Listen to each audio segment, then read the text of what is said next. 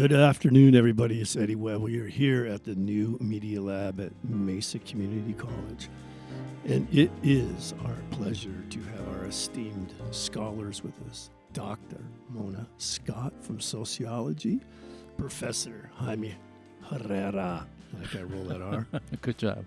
Both of these faculty, Mona and I actually started, I think, on the same day, went through the same training years ago. And when I interviewed to work here, Jaime was the only one in the room that smiled. and I was like, oh, thank goodness. But anyway, we are here today. We're going to have a conversation. And I'm going to have each one of them, their work over the last couple decades has been remarkable in the programs that they run. Jaime has started a faculty development program in Mexico City. Mona has led several programs, American Indian Study programs, our Hoop of Learning programs, and I'm sure plenty of stuff I am not aware of. Elder in residence. I'm really proud of that. So I'm going to have each one of them introduce themselves. Dr. Scott. Yad A. I have been teaching at MCC, like Eddie said, for a long time. So I've been here 21 years. I teach American Indian Studies and Sociology. I have historically worked with the Hoop of Learning here at MCC, but I've also worked with the ACE students at South Mountain Community College. I'm really proud of this Elder in Residence program. Well, it was a pilot last year, but I'm hoping to continue it. And it's bringing a traditional Native elder to the college campus to work with students and to teach them about our protocols and our culture and just different ways of integrating their traditional culture into their lives at the college. And so I'm really excited about that program. I'm also passionate about sociology because I think sociology is the one discipline I think that students come to the classroom knowing about, and I just give them a lens with which to organize their lives or look at it in new ways. So that's me in a nutshell. Welcome. Thank you. Mona, thank you. My name's Jaime Herrera. I'm English faculty here at MCC, and I've been here longer than both of you combined, maybe 30 years. And I remember being in that search committee when we hired Eddie, a good hire. And I've been able to do a lot of things with Maricopa. I had a study abroad program. Mona participated several years, took lots of students to Mexico, which is where I was raised. And part of what I want to do is show people Mexico, different from what they see in the news. And then I have a faculty development program that we've had for Maricopa for about 11 years, and we've taken over 100 faculty from Maricopa to Mexico. We started in Mexico City, one of the greatest cities in the world. We have a partnership with the University of Guanajuato, so we go to the city of Guanajuato, which is right in the center of the country. It's a colonial city. They stay with the family, and they partner with a professor from the University of Guanajuato, and it's a really good program. And from what I've heard, it's one of the most unique programs we have in the U.S., partnering an American institution with a Mexican institution with this type of programming for so many years. We have a good collaboration with them, and I'm very proud of both those programs. But, I'm also on the Diversity and Equity and Inclusion Council, because that's sort of always been, what I've done at MCC, and I'm very proud of that too. Thank you, Eddie, for having me. Yeah, welcome. Thank you. I think the work just among the three of us here has been, pretty impressive. We've caused some trouble. Yeah. It's Yeah, okay. I want to, and you know what? We're going to get right into that. All right. We're not going to mess around. Let's do today. this. I've been wanting to sit down with you all and have this conversation for a long, long time. Skoden. I think all of us bring a very unique experience and perspective to these issues. And so recently, as the nation has decided that enough is enough from African American men and women being murdered on video by law enforcement, that enough is enough and it's time to make a stand. And through that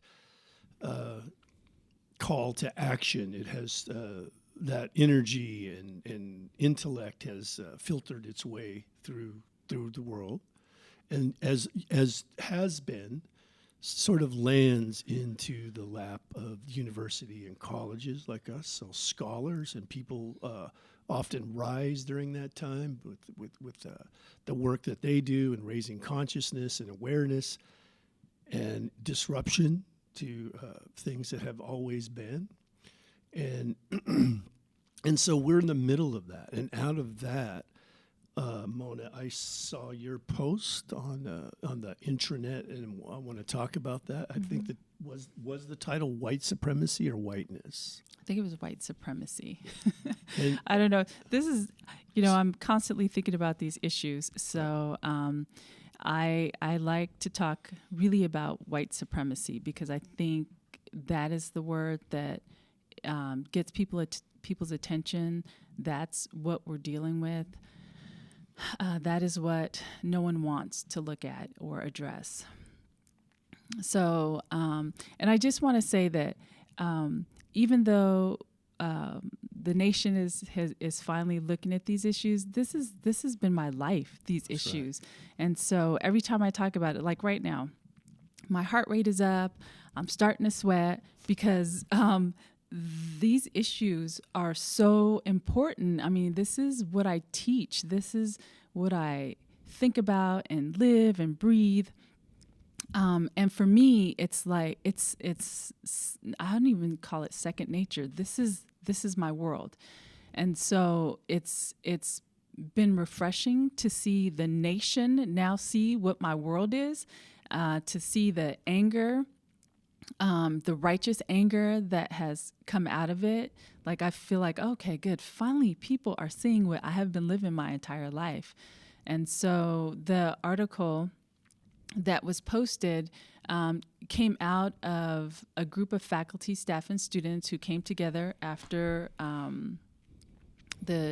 George Floyd was murdered by Minneapolis police. And we decided we wanted to start making statements, writing statements to bring awareness to these issues, because the problem with racism is that people don't want to talk about it, especially at an educational institution where we're supposed to be above, the everyday things. We're supposed to be intellectuals who can solve problems. And the reality is no one wants to address the issue of white supremacy and racism, especially at a college campus. And not only do they not want to do it, they turn a blind eye to it. They skirt around the issues. And the reality is most leaders don't even know how to solve these problems. And this is where we are. And so we're working with a lot of leaders who really are ignorant about how to achieve equity, how to engage Black students, how to pull students of color through the college and get them at the same level as white students. And so they don't know how to do it. And really this is what we're dealing with. what is the difference between white supremacy and white privilege? So white supremacy is the system. It is this whole entire system that is the foundation of our society.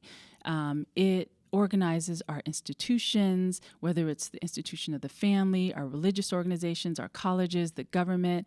So it is a system that is in place, and the system, because it was created by white men who came from other countries, the system gives benefits, unearned benefits, to people who look like the crafters of this system. And so the privilege are those white privilege are the unearned benefits that white people, mostly white heterosexual men, get simply because they look like the founders of this nation.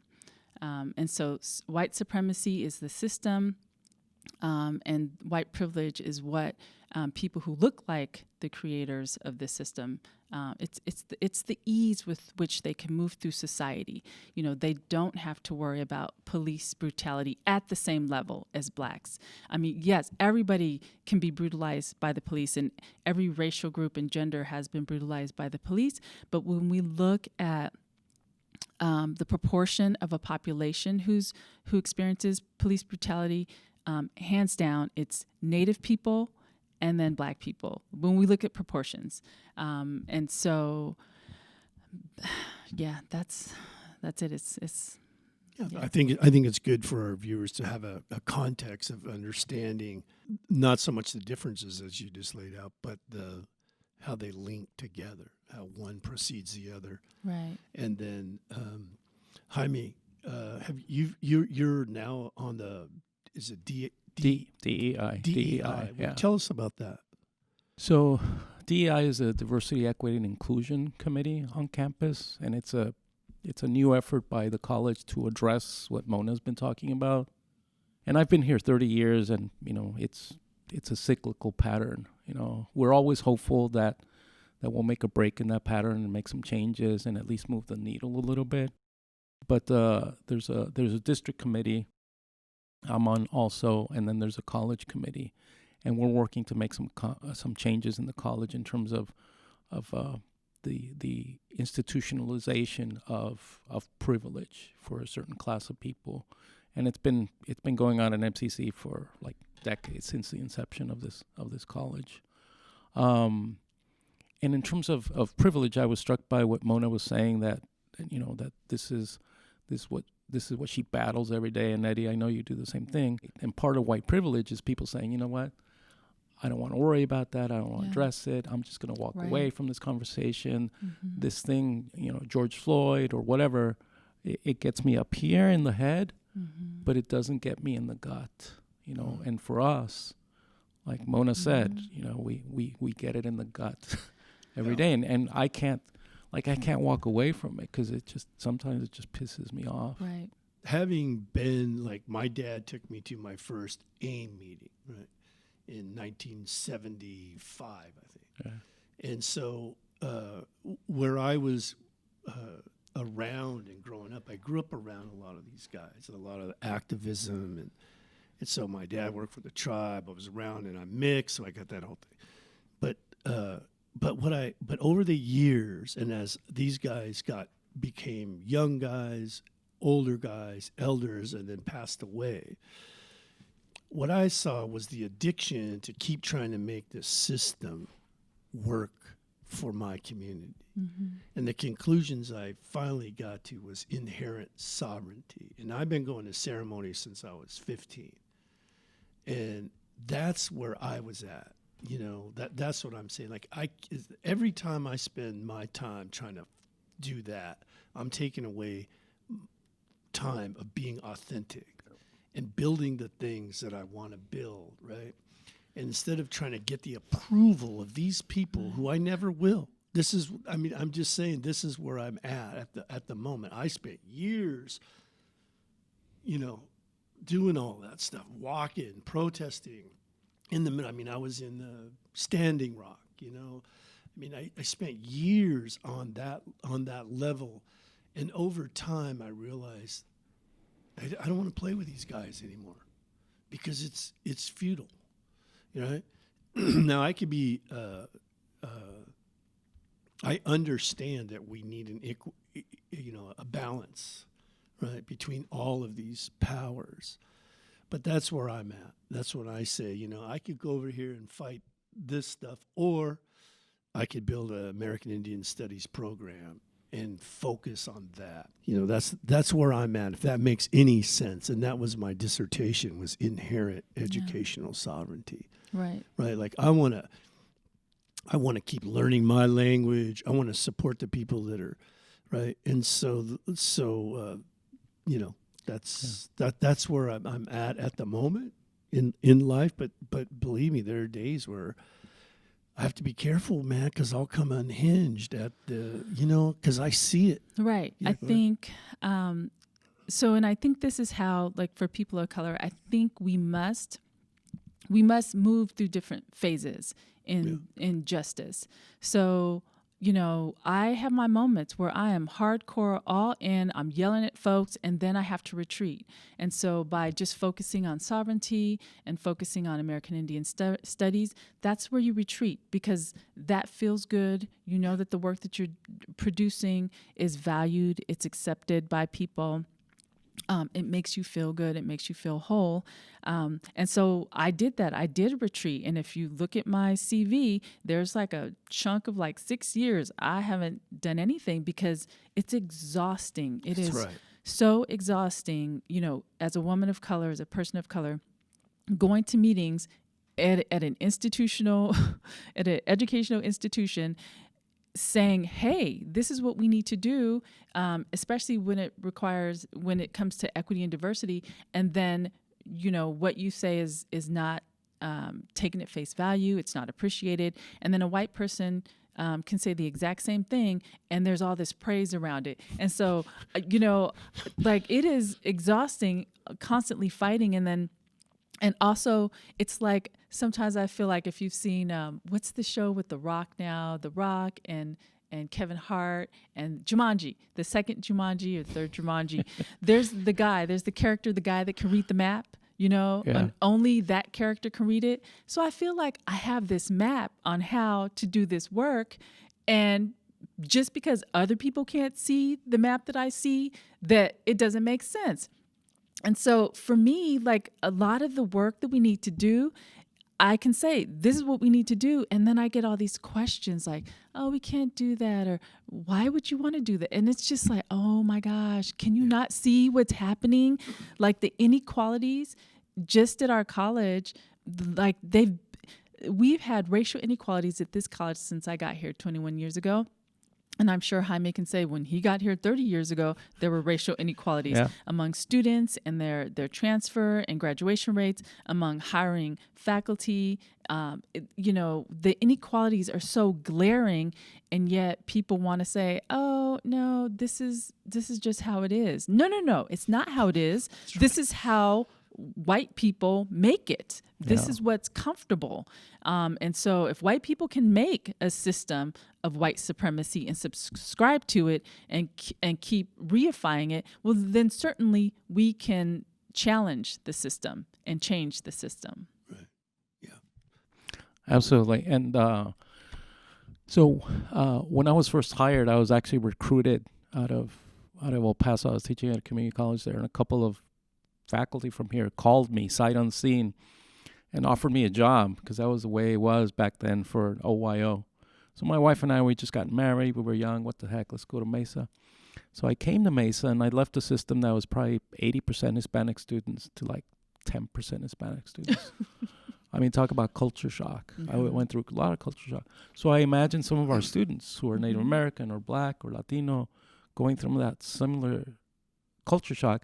I was a little bit more prepared. I had a degree, I was professional, I had a job, and some of our students don't have that.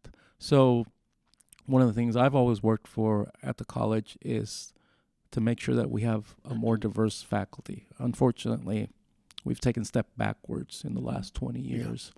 Yeah. And sometimes I need a break too. And for me, my break, and ironically, I guess it fulfills some of the racist sentiments of some people, I go back to where I came from. I go back to Mexico. So I have study abroad in Mexico. I do faculty development in Mexico. I go back to Mexico any chance I get because in Mexico, Eddie, I can breathe. Right. I can breathe and I can be okay. And I don't feel as if I'm always under the lens. And people are surprised because I teach English and you speak English so well. And you don't have an accent. And it's like, where were you born? And do you have U.S. citizenship here?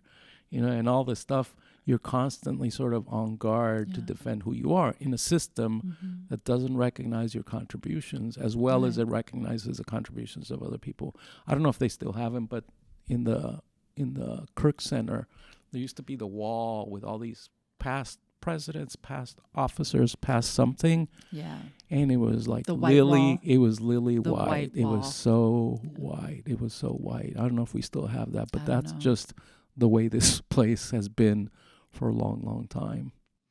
Well, I can tell you, in the last many, many years, I go home and we've been doing documentary work on the language revitalization.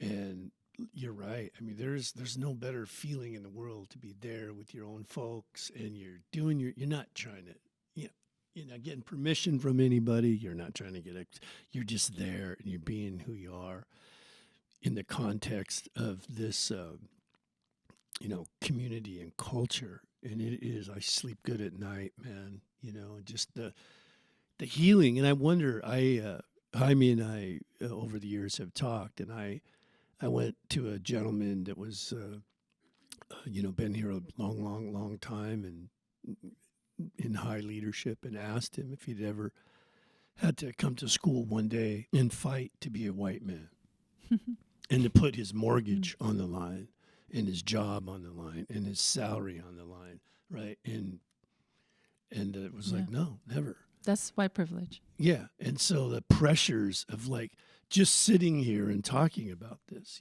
like you said, your heartbeat goes up, you get nervous. I mean, it's those people that have this charge in life to speak. I think it's critical, that we have like what we're trying to do here now. Well, let's talk about this. Let's normalize talking about this, and at least, make it where we are scholars to examine this sort of stuff, because you have all of that theory that people tend to gravitate to who they are. So here we just have this repetitive of hiring because of the hiring committee, you know what I mean? And this is what I've said too for many, many years.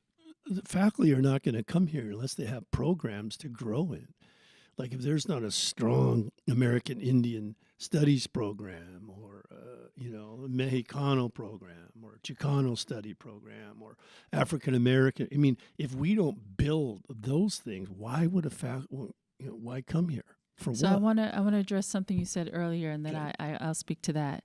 So, when talking about hiring committees and people hire people who are like them, that's true in a lot of ways. But again, this is where white supremacy comes in. Again, white supremacy values white people. White supremacy teaches us all, people of color and whites, that white people are more intelligent, are smarter, more capable. And so even when you have you can have people of color on a hiring committee, but if they are not conscious, if they are not aware of white supremacy and how it operates, if they are oppressed, if they are experiencing internalized oppression or internalized racism, well, they're not going to hire someone that looks like them.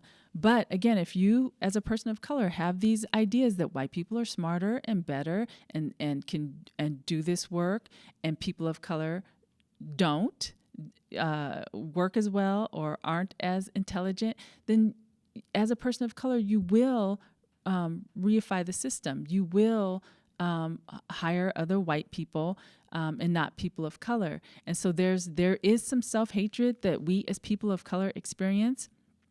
And it's about the messages of white supremacy. And these are historical things that have happened to us as people of color, because when we think about slavery, yes, white people had the power and the germs to enslave Native and Black people.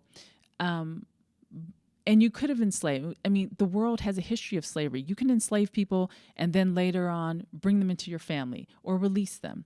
But what we did, or what they did in the United States, is we said, there's something about you. You are not quite human. You are lower on the evolution scale. And so you are a thing, an object. And so that legacy of slavery is here today. And so I swear, white people all the time say, forget about slavery. I had nothing to do with slavery. It's no. Slavery, the remnants are here with us today.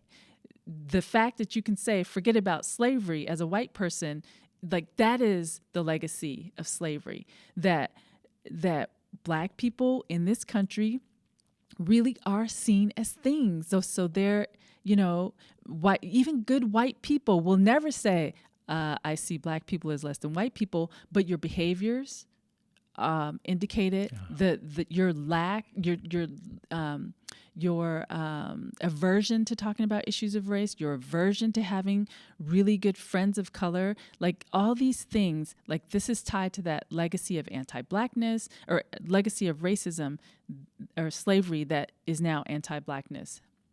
So that's the part about hiring committees. And I just wanted to say that even people of color, we have internalized racism, and we subscribe to white supremacy. We uphold white supremacy.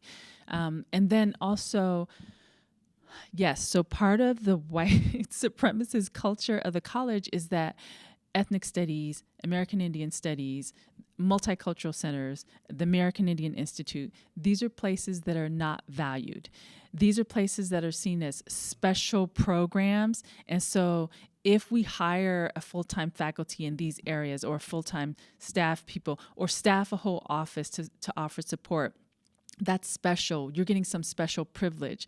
And so this is white supremacy in action. It's in our policies. It's in the way we think about people of color and programs that support us. And no one's thinking about this larger picture of these deep inequalities. So why do Black and Native students not graduate nationally and at MCC at rates of white students? Is it because we're not giving those students something to hold on to? Are we not talking about them in our classrooms, about their history and their culture, and making them feel at home here? Yeah, that's what's happening. And so we're not connecting white supremacy as an organizing system to the actual data, to the actual experiences of students of color. And so that's a problem. And again, this goes back to our leadership. Our leadership really does not have the tools, the know-how, the strategies to make equity happen. And this is not just at MCC. I'm talking about nationally. Right. Yeah. Excellent. Thank you. Yeah, And sorry. Long-winded. No, this is why we're here. We used to call that the older folk, true colonialism. Where you no longer need an army or Right. anything that people internalize this. Right. Yeah. That's why I've always loved Paulo Freire, who speaks that. He says that it's the nature of the oppressed to imitate the oppressor, and by such actions gain relief from the oppressive condition. We must resist that response to oppression. And again, that's sort of where my head's at these. I don't want to become like the thing that has colonized our communities to overcome colonization. That's the wrong thing. Right. It's like, and then there was always the Great Law of Peace, at least coming down, from our part of the country, which has been, proven that the Constitution was pulled from. But it was so corrupted to meet this idea of white male, even their own women couldn't vote or own land, right? So in the Native thought, you can see this work where you have the wampums of what the Great Law of Peace was that became part of the Constitution, and you could just see where they start going off track. And the irony of that, of course, is, fighting for the American Revolution to break away from all of that, and then by recreating it, right? And then again, what you said, I really like what you said earlier about colonizing our ideas, colonizing almost at every point. You'll find that to be true. An elder from Salt River gave us our name here, a place of belonging. And he explained that in his language and where it comes from and why that was important to the people here. And I see that popping up all over now, right? And again, but it's gone back. That's in the memory of indigenous people for thousands of years, that level of consciousness of belonging. But then it gets opted out, and then and then the whole thing starts over. Jaime, where are we going from here? I don't know, Eddie. I'm going back to Mexico. It's where I'm going. You want to come with me? I love Mexico. I do. Eddie, I mean, I'm guardedly optimistic, but I think a lot of it has to do with the history of this country. I mean, the fact that people who came here, and not just to the U.S., but to the Americas, including the Spaniards, had this belief, and some of it, and I'm going to get crucified for this, some of it was ingrained in their Catholic or Christian beliefs, that people who were here were less than human. Soulless. They were savages, where there's plenty of evidence that there were many advanced societies on this continent before the Europeans ever got here, right? Mm-hmm. Yeah. So that's part of American history, to look at others who are different as less than. Yeah. And it's complicated by religion, for example. It's complicated by history. It's complicated by immigration policies. Mm-hmm. It's complicated by what we teach and do not teach our students at the community college.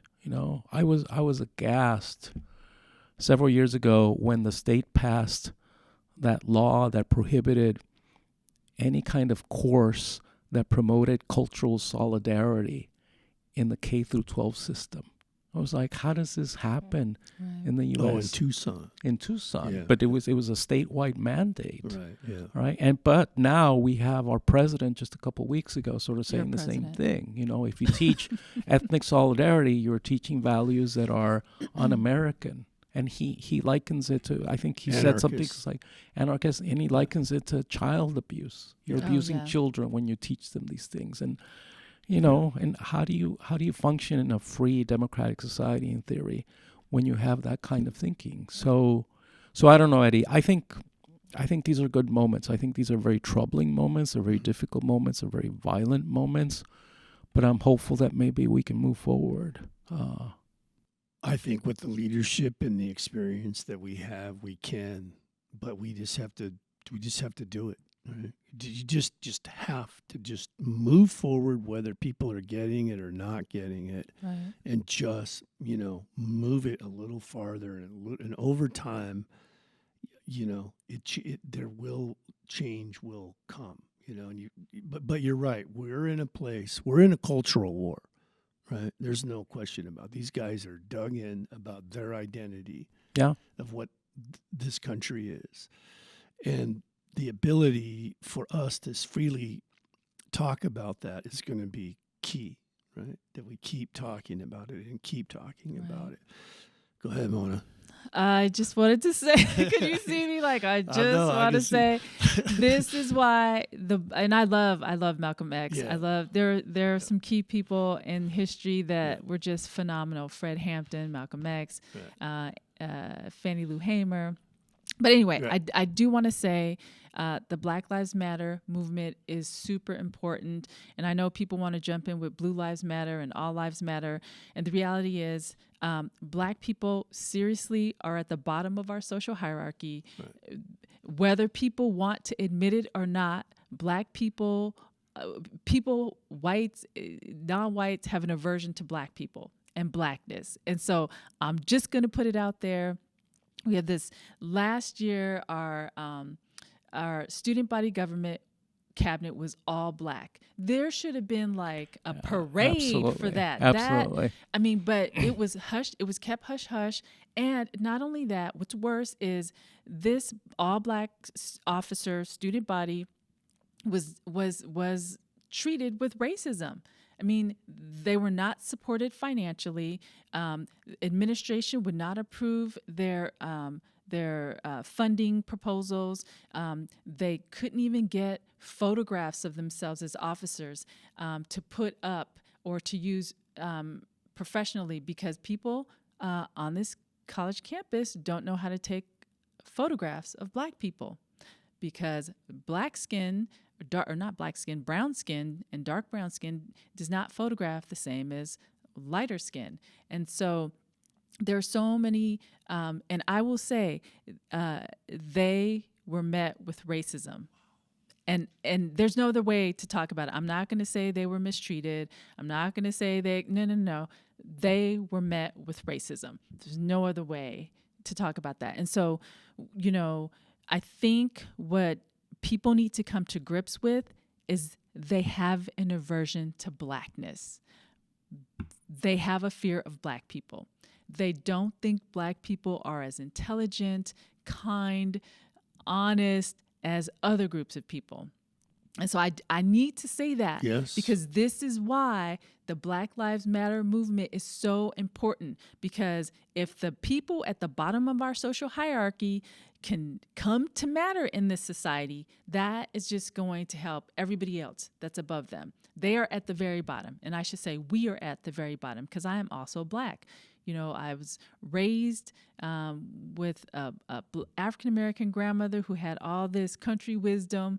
But again, very aware that we were seen as less than, and tried to teach me and my siblings, how to navigate a world where we would not be valued. And so this, again, when I say this is the life, this is my lived experience, being taught from a child that the world is not going to like you simply because your skin color. This is something that Black people teach their children and grandchildren and great-grandchildren. And this is something now I'm starting to teach my 5-year-old nephew, because even though he's Navajo and Black, he presents as Black, and people will see he is the cutest thing to me, but people will see Blackness and be afraid. Now it's making me emotional. Yeah. Take it, Jaime. Take it, Jaime. Well, and there's, I don't know why I was reminded of this, but there's this constant struggle, even for us, as professionals at a education of higher learning.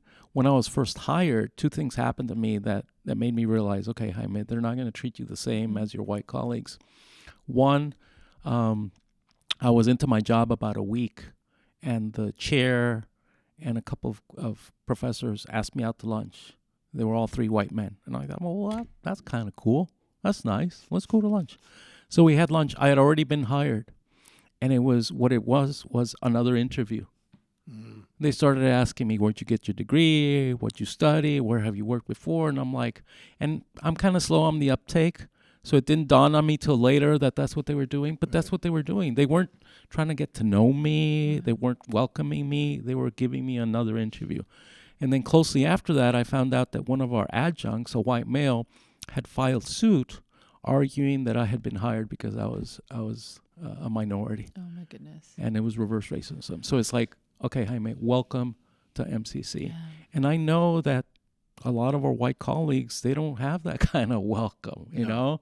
The path is clear for them. The path is open, open arms, etc. And it's a constant battle. And it makes me sad that we have to teach our children how to behave because they're brown or they're Black or they're Native. This is how you behave in this greater white society, because the white society doesn't see you as equal, and they're maybe afraid of you. Right. And do you guys think we're getting at the end of the whole code shifting kind of thing? Like, people are just tired of this. No, I'm not doing that anymore. I mean, where are we at with that? Yeah, I've been getting upset and kind of just being my full self lately. Yeah. So, but I think that comes with age. Like, I think I'm at that point where I'm like, okay, I've been around the block several times here. I'm tired. I'm not doing this. So I think part of it is age, and I think part of it is fatigue.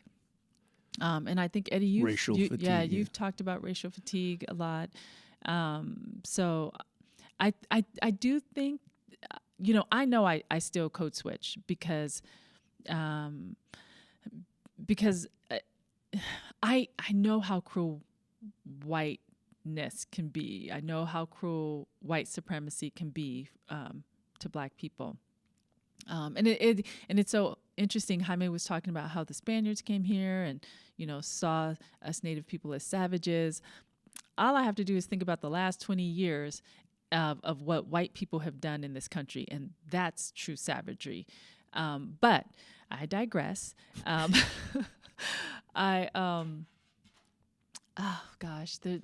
have to code switch because it's about protecting myself.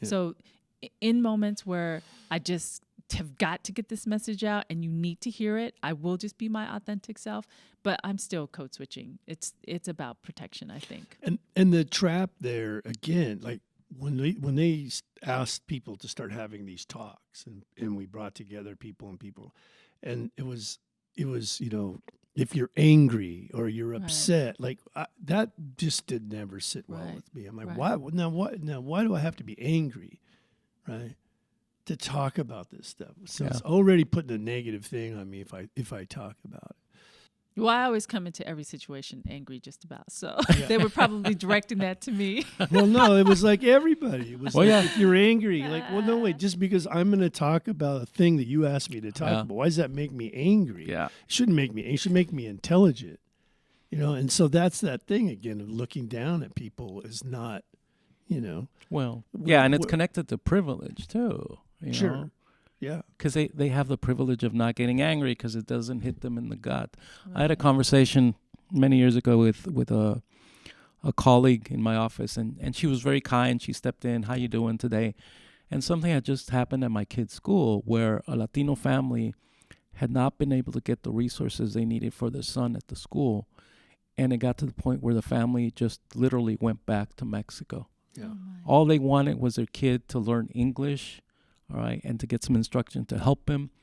And the school, very white, ironically enough, Booker T. Washington School, very white, didn't give him resources, and they left. And my wife worked there at the time, and she said she could hear a collective sigh from the administration. It's like, he's gone. Yeah. They're trouble. We don't want to deal with him. So my colleagues walk in, and it's that morning, and I tell her this stuff. And she doesn't understand why I'm so upset. Yeah. And she walks away, and I'm pretty sure she walked away thinking, well, Jaime's just a very angry man. That's right. And she That's could right. walk away from that conversation, and I'm left there to deal with my anger. Right. So, See, yeah. And that's, again, that psychological type of warfare, I guess, is falling into that trap as we're, you know, starting to talk about white people. You know, we start to do the very same thing with this blanket stuff instead of having the freedom to deal with people on an individual level and then to distinguish between the systems that work, right? And so those things start getting tricky, Yeah. right? Because we, again, I just always go back to, I don't want to become like the thing that that has tried to colonize or oppress me from my who I would be without that, right? Which is loving of everybody, right? I hear what you're saying, Eddie, and we should love everyone, and we should treat people as individuals, but our society is not set up that way. Right. It is absolutely not. And when I say white people, I do mean most white people, because it is really hard for white people who grow up with a ton of privilege to step outside of that privilege and to see what it's like for a person of color. And so when I say white people, I really literally do mean most white people. Yeah. Now, there are many white people who are trying to be allies, who are engaging in anti-racist work. And if they're being honest with themselves, they will tell you they are still every day trying to battle the stereotypes, the judgments that pop into their head about people of color. And so, yes, I would love to treat everybody as an individual, but we have not been socialized that way. We have been socialized to think of people by race, by gender, by their sexual orientation, by levels of attractiveness, by height and weight. Like, all these things are groupings, identities that we assign people, and we place value on those. And you can look at research, even like levels of attractiveness. People who are considered more attractive get hired first and fired last. They make more money. People attribute positive characteristics to them, where people who are overweight or look unattractive, Or shorter. or are shorter. I guess that explains a lot for me and you. It's true. You get negative characteristics put on you, and you are treated differently. I can see the difference in treatment by height, even in my department. Like, I have a colleague who's very short, and students talk at her aggressively. I rarely get that unless it's about whiteness or white privilege in the classroom. So Mona, we do don't you treat think people. because you're an expert in this field and this is what you study, are you more aware, more sensitive to these kinds of things on a daily breaking it down kind of thing? I hope. I try to be. I really do try to be. So when I engage with someone, I am taking lots of factors into consideration. I really am. But again, life stereotypes are about shortcuts. And so I still succumb to stereotyping. Mm. I won't talk about the stereotype I talked about yesterday with Jaime, but Why not? Why not? Come on, man. You can't tease. no, so I'm moving, and I was like, Jaime, I need you at my house because, everything I've seen about people moving stuff is from TV. I've never hired movers before. And on TV, the stereotype is they break your stuff and they steal. So I was like, Jaime, could you come to my house? I have to be out of town when the movers come. And so, again, because I've had it, and this is what people do. I mean, this is some of what people do. A lot of it, a lot of our stereotypes aren't just about the unknown. They're about being socialized to think that way. So I really do try as a sociologist to be conscious of all the factors that are involved in communication, ways that I could be mistreating someone or approaching someone because of these identities. So I am more aware, I think, and I think that's the hard part of all of this is that I can see when people are not aware and it pisses me off. Right. So well, you've taught me so much about the dynamics of sociology, and I think it actually years ago led me to start in part of my work in that dissertation thing was the nocebo effect. That has to do with, again, true colonialism, like the dirty, drunken Indian identity. When you're fighting against that or whatever, that's been the cruelest story ever told, right? Because then you become those things. Yeah. And that's, again, where I'm at. Like, I want to move through this stuff and I want to talk about it, but at the same time, I don't want good people to lose their soul in the process, because that's not what we were born to do, right? We were born to be who we are and to live happy and be in harmony with the world we live in, beauty above, beauty below, right? It's hard to practice those sorts of things when you're in complete, constant battle, right? And so that's where that's where my head is at, right? Yeah. Like, I understand the fight, been there, gonna keep doing it in my own way, but I also want to make room for us to be authentic. We're talking about social justice, whiteness. We're talking about losing our souls in the process of all of this stuff, which is, again, when you talk about aging, that's, I'm a grandpa. I hang out with them. I look at my granddaughters. I see how beautiful and just they're so amazing and bright and smart. And I'm like, I don't want to load them down with a bunch of, I want them to be happy. I want them to be free. I don't want them questioning themselves or all of that stuff. It's going to happen, especially with the little one. There's no doubt about that's coming. But I do want to we talked about losing our soul in the process. And for those of you that have not ever experienced what it's like to be charged to get on the front lines on social justice, to disrupt a institution or a system, or say it like it is, listen up. Jaime.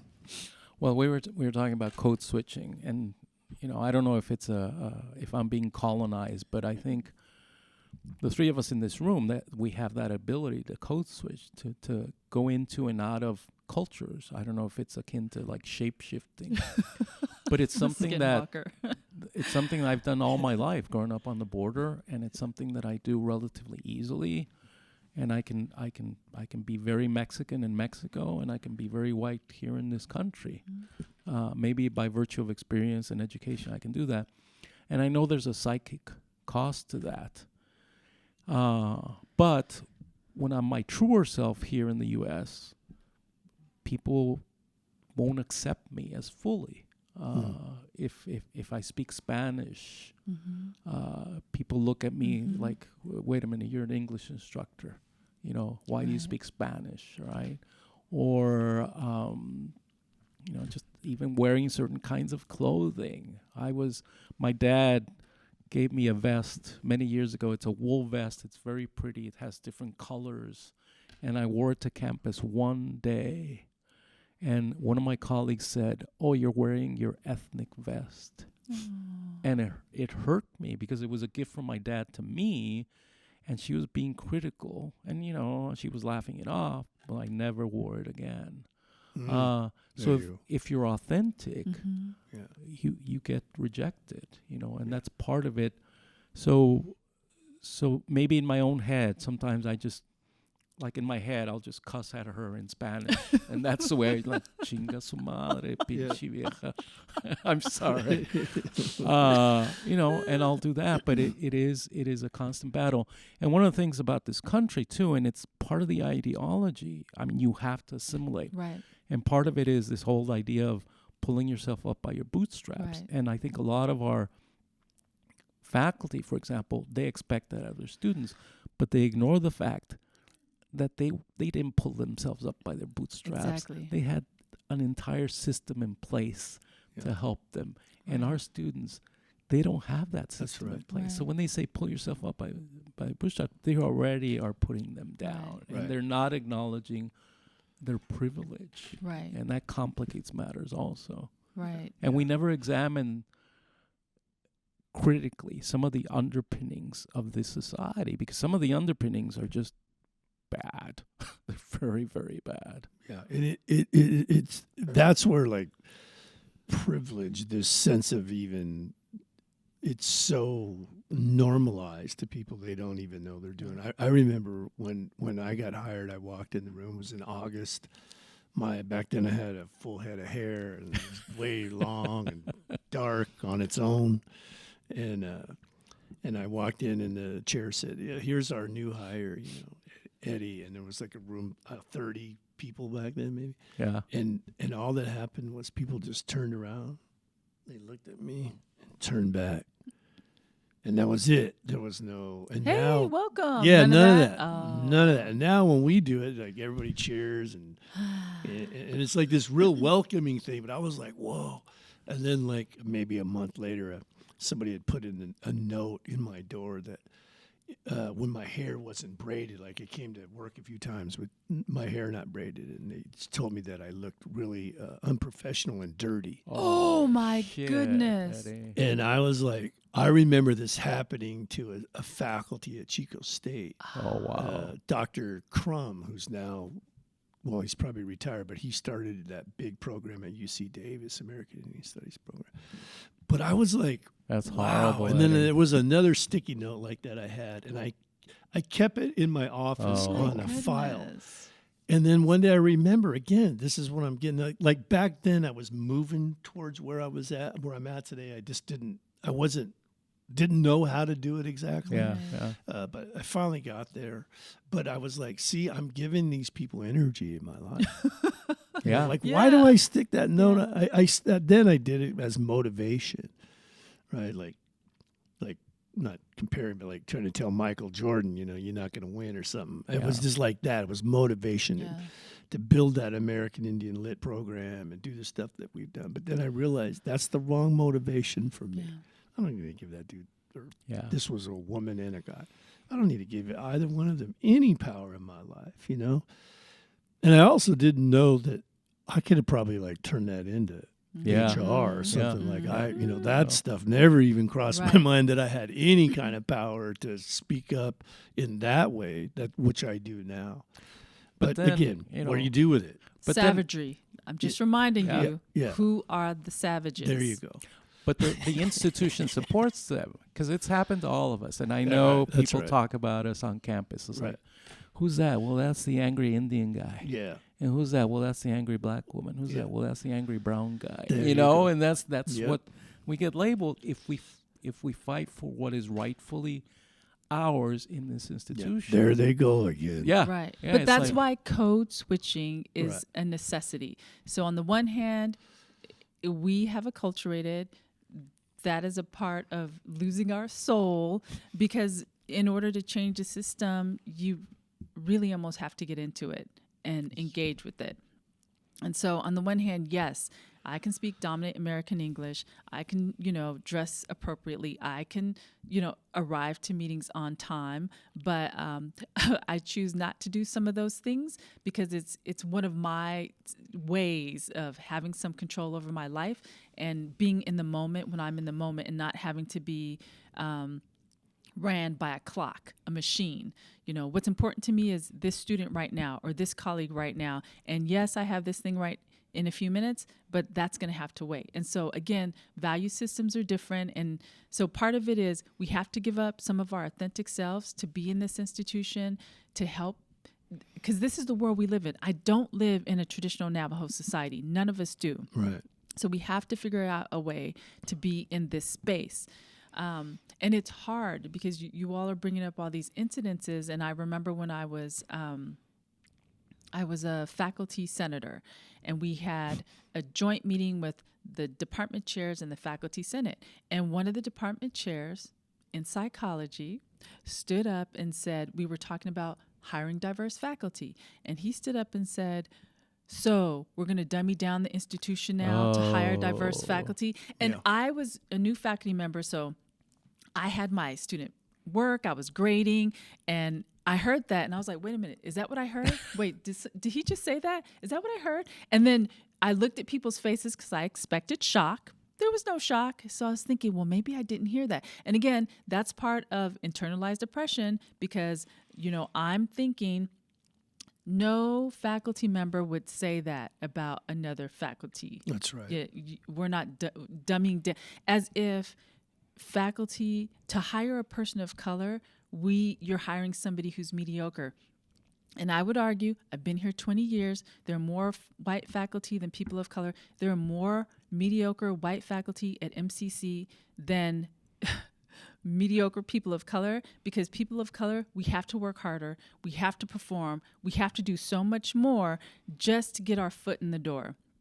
So to that person, like if today we would have that conversation, like really, seriously, let's take a look. Because, I talk to students, I know who's doing what, not everybody, but I know who the mediocre faculty are. We all do. We know who our mediocre colleagues are. That's right. And they're predominantly white because it's a predominantly white college. And whoever listens to this, you can take offense, come to my office, we can talk, we can meet in person. Don't send me a flaming email because people say a lot of stuff in the email, and then when you come to their office doors and talk, they don't want to talk. Right. So again, this code switching is part of how we survive in an institution like this. We can't survive without code switching, but we also have to get back into our communities because our communities, to me, are our sanctuaries where we get built up, where we, like Jaime said, we can breathe. Well, and in terms of code switching, I know that our white colleagues code switch too. Mm-hmm. They leave home, they come to campus, or if it's a man, he has to do certain things on campus, and maybe he doesn't do certain things on campus that he feels more free doing at home, whatever that may be, or a woman, whatever. But for us, it's a greater code switch, and it takes a lot more energy. Yeah, we have to continue this conversation. We're out of time on this episode. Our lights are Dimming. Flickering. Dimming. Cameras are Flittering. I thought he was doing that. No. We scheduled these for 50, but this is so good. Everybody, Eddie Webb, we are here at the New Media Lab at Mesa Community College with Dr. Mona Scott, Professor Jaime Herrera. We are talking about social justice issues. This has been a great conversation. Thank you, Eddie. I hope we can do this again. Yeah, this is great. One or two more times before the end of the semester. Yeah, that'd be cool. Because I think it is so very important for people to hear, these conversations and how to move forward. Dona de Gohan'i Wanda Galeailiga. We'll see you again, and I'm grateful that you all showed up. Gracias, Eddie. Yeah, Thank you. Thank you. Peace, everyone. Hey, take care of each other out there. Thank you.